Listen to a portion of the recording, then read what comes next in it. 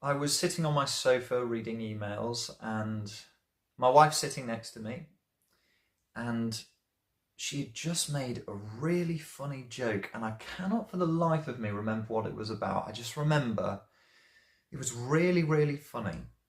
And then I came across an email from my half sister, whom I'd never met before. We had exchanged a handful of emails, but that was it.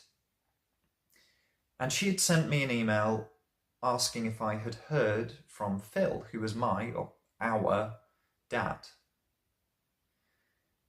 And when I read that, I just knew that he was dead.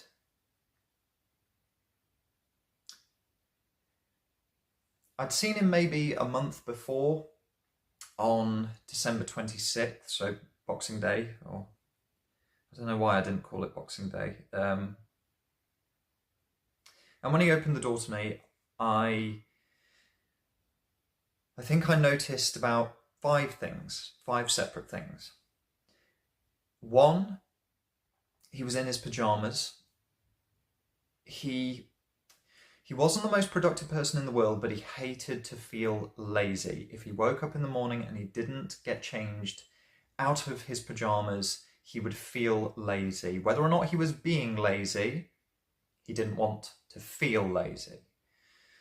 Number two, he had a beard. I had never seen him with a beard before. He was always very well groomed, and for all I know, he hated the way that facial hair felt on his face. Number three, his flat was a bit of a tip. He hated to be in unclean and untidy environments. He always kept his environment nice and clean, nice and tidy. Number four, he was very, very skinny. He had always been quite a slight man, but he was what I would describe as dangerous skinny. When I put my arms around him to hug him, you could feel all of the individual bones in his collar, his shoulder just there, his shoulder blade, and all of the individual ribs on his back, maybe some of the bones on his back.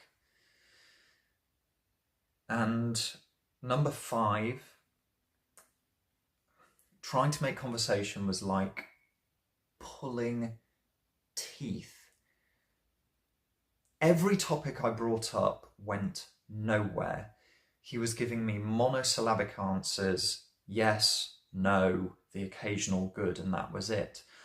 I gave him updates about me, I gave him updates about my wife. I asked him if he had made Christmas dinner, if he had put up a tree, had he decorated the tree, had he seen his friends, had they given him cards, presents?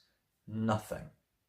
It went absolutely nowhere. And something you need to know about my dad, which is quite funny actually,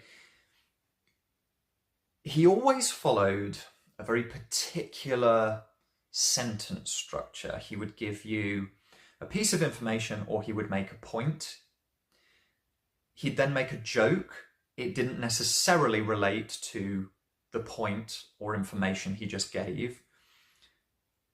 The joke wasn't funny, but he would laugh at his own joke, and then you would feel obliged to laugh along with him, kind of out of sympathy, kind of out of awkwardness, which was kind of funny in and of itself. But he wasn't doing any of that. And I was a bit torn, because one half of me just needed to get out of there. These pregnant, awkward pauses were killing me. My toes were curling. But then the other half of me just wanted to stay for as long as I possibly could, because I knew that it would be the last time that I would see him.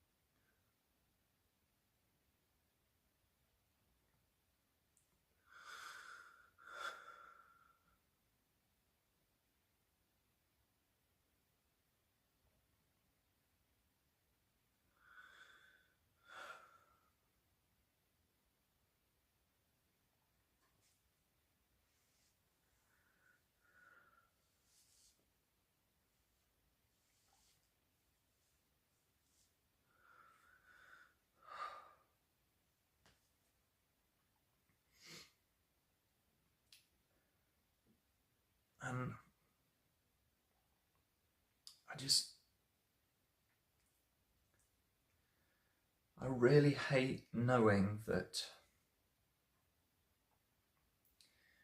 all of the memories I could ever and will ever make, both with and of my dad, I already have. There's nothing more.